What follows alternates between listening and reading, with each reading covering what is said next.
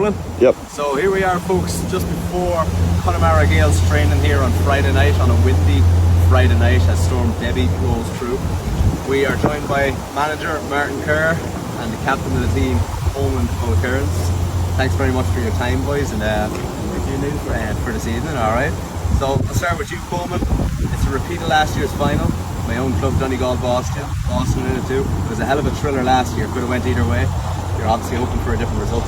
Yeah, we're obviously hoping for a different one this year. Last year was tough to swallow. We're still hurting over that one, but it's a new team here this year. New hunger. Means a lot to the boys. We'll be there Sunday ready to go anyways. Good stuff. It's a different kind of outcome going into it this year. Like last year went straight to the final. Last week you had the semi-final against Galway, 7-point win. Horrendous conditions again. Were you impressed by your own team? Yeah, we always knew Galway were going to be a hard team to beat. We played them twice. The first time we couldn't beat us convincingly. The second time we played them, they were already in the playoffs, and we needed the points to get in. One of those games, the goal probably towards the end of the first half, really gave us a little edge, kept us in front. But they brought it back again, and they put a good inside forwards. And with the weather, you never know anything could happen. But definitely happy, just 7 points is a good victory. Semi-finals, you just have to find a way to win them. Play the ball out, that's what's all about. Definitely so. Yeah. With the conditions too, it's still a great game of football and shows the senior football out here as well. No, some good skill level and just even the conditions are very good. Definitely so. So a word on your opponents on Sunday too. So Donegal, this season, yeah, the first game it was a draw. Probably hard to judge different teams. The last game against them that you played was a loss. It was a win for Donegal. What do you think? Anyone you're looking out for on that in particular, or? Donegal have been the standard bearers here in Boston the last few years. Definitely, you have to get anyone on a championship to go through them. Our first game against them this year, I thought was the back game of confidence. Yeah. I think they were almost 40 scores. With the lead, they came back in. I think the second game they got a lead in us, we didn't get it back. We'll have to play well. Just can't afford mistakes this weekend. We should have to do better how it's been all season to give us a chance. But I'm quite confident.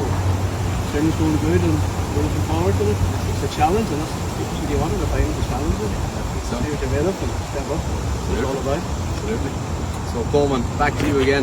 I heard a rumour going around Boston that you're getting married on Saturday, the night before, or the day before the game. Yeah. First of all, who fixed that, and is the wife happy with the honeymoon being in Canton? No rumour at this stage now anyway. Oh, she's fine with it. She's been planning her own football all summer, helping me out. She's done a lot. She's still there every weekend supporting me along with the family. I appreciate that a lot. At the end of the day, it's family that matters, but we'll have a good day tomorrow and then hopefully a good night Sunday after the family. There's the answer there. Family first, football a close second. Good stuff. Well, congratulations. If I'm not talking to you, I'm sure I'll be talking to you after too. Martin, last question to you. There's going to be a strong US born or US, homegrown kind of coming through talents on display on Sunday on both teams. For yourselves, off the top of my head, Dylan Murta, Michael Kerr, Jack Lynch. We'll obviously have the likes of Sean Winston, Kerr, Ethan McDevitt, and probably a few I'm missing too. How do you see it developing, even for the youth coming through in the GAA in Boston as a whole? Because obviously that's great US talent that's on the top stage.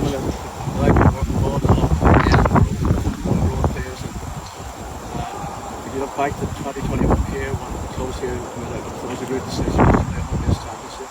Sean knows what two really good American players went through. I think it opened the eyes to a lot of us around here. There's a lot of good work going on. That work's continuing. Sean knows won that junior B. They won the junior C last year. Trinity won the junior C this year. We're probably just one Irish born player. You have Hartford, you have Worcester, you have all those clubs, Portland, they're all predominantly homegrown players. You're after even 3 ladies teams to start, they're more or less the same, all the ladies. A couple of that was 2 years ago, the Boston team Boston, boys on here.